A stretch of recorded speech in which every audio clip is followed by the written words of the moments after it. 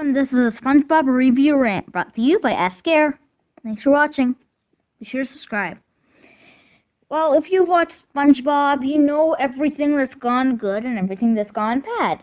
You've heard me say this in all my videos about SpongeBob and SpongeBob rants. But today I'm going to be talking a little more specifically, and I'm going to say a few more things. So first of all, in SpongeBob, I think everything is a little bit overboard. In the pre-movie seasons, it was better. It was more well thought out. Season 4 was way too good. And you guys can check out my worst to best SpongeBob seasons if you want to look at that.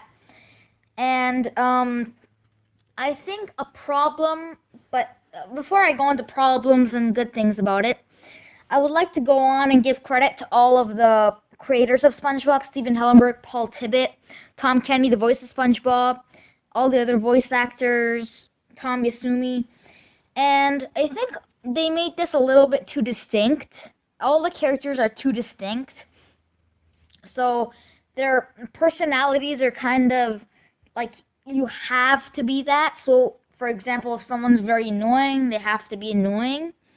So, like, SpongeBob and Patrick always annoy Squidward, and that's it. Yep. Squidward's miserable because we think that that's funny and that's a comedic way to show a good TV show. So we'll make Patrick and SpongeBob the most annoying characters in the whole universe and make Squidward the poorest character.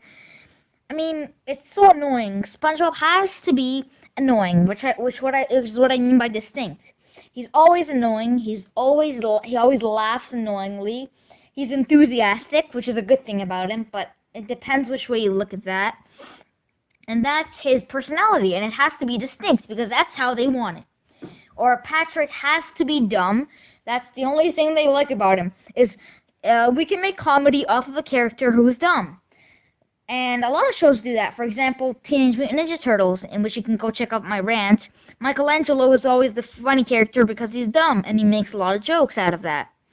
Or Squidward has to be miserable and mean. And like I said before, Squidward and SpongeBob and Patrick are the most annoying neighbors to him, and he never gets a break except for a good episode such as Enchanted Tiki Dreams, or it's Choir Boys. I mean, a Choir Boys is a bad one, or House Fantasy.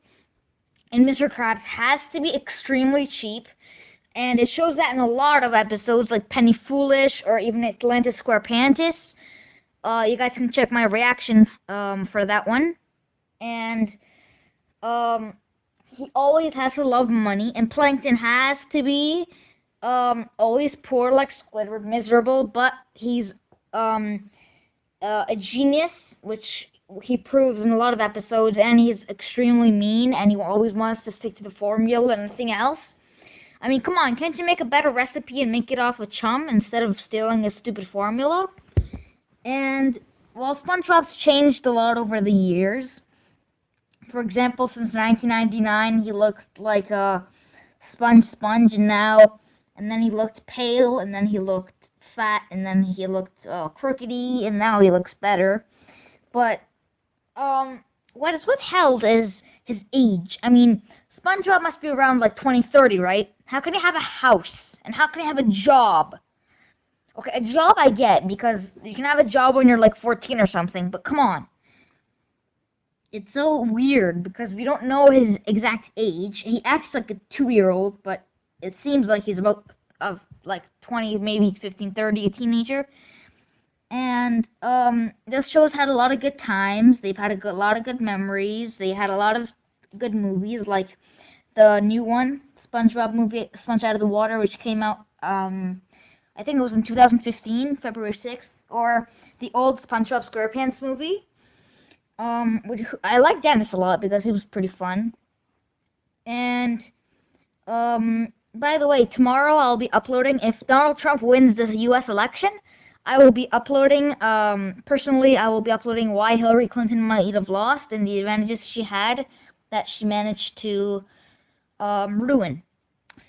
Well, the best season out of all of them was season 3, and you can check out my stuff in my worst to best seasons. But I don't want to spoil anything, but I just spoiled it, so sorry about that. But and this show's had a lot of good characters. The proportions of everything is so much that when you say SpongeBob, it means a lot. When you say SpongeBob, it's like, well, what about it? What about it? There's so much about it. There's so much characters. There's so much plot points. There's so much good things and bad things. And, well, it's SpongeBob SquarePants. We've all seen it since we were kids, and it came out in 1999. And even better episodes are better. This show is very nice, very, very well made. It had a lot of problems, which I just stated, and be sure to subscribe and like for more SpongeBob and more fun. This is a SpongeBob rant brought to you by Ask Air, where you can find the funny videos for a short time. Be sure to subscribe to Ask Air. Thanks for watching.